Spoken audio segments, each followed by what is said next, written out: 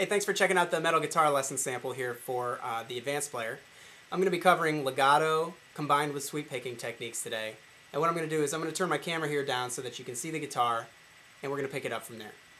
All these notes that are available in the G major bar chord, which is happening right now in an E major shape if you think about where it comes from.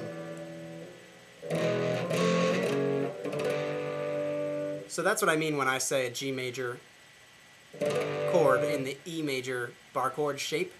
That's what I'm talking about. So this is going to be in the E major bar chord shape, but we're doing it in G. The other available notes, besides the ones that are just contained right in this chord that you know very well, are the major third that appear on the 6th and 1st strings. Those are available there because we can reach them, and we're used to playing them in our 3 notes per string scale. And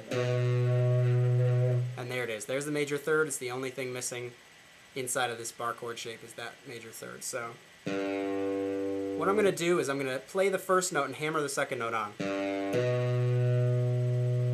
Legato is going to involve a lot of sliding and a lot of hammering on and pulling off. That's what's going to really give legato that smooth sound going from note to note.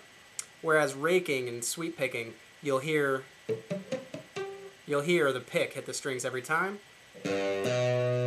For something like a hammer-on, it's just a nice smooth transition because of the hammer-on.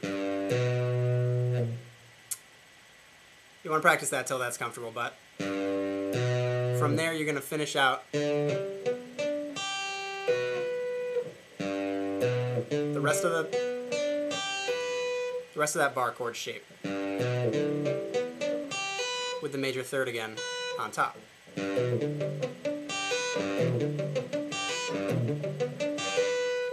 Good, and that's going to be your G major arpeggiation.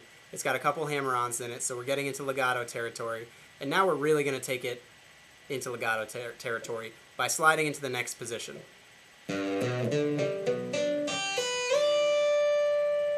slid up to the 10th fret here to pick up D, which is the 5th in the G major chord. And instead of just, and I'm going to go back down the arpeggio, but instead of just sliding up and sliding back down, we can come back down in this new position that we slid into. To come back down without shifting from here, now that I just shifted up to here, now I'm going to use the D major shape, if you think about a D major.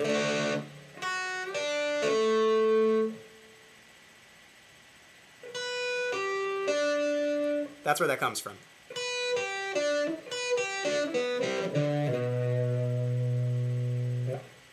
So get used to strumming down this one. Pull off, and then pick the rest. And pull off the last one.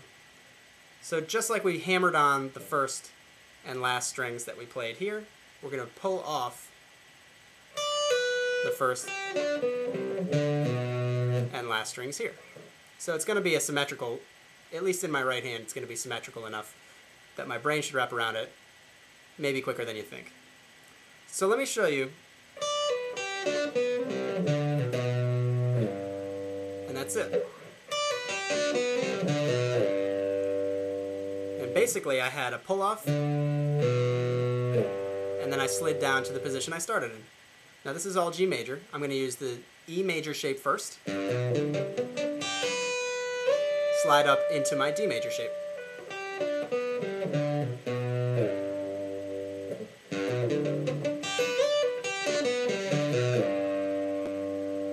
And that's something you want to practice, definitely with a metronome.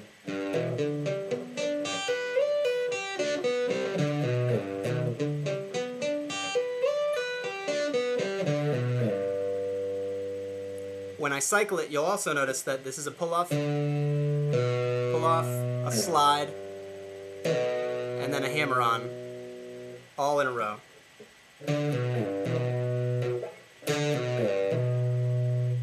And this is where you're going to hear the way that they connect, really feel it, having that legato feel.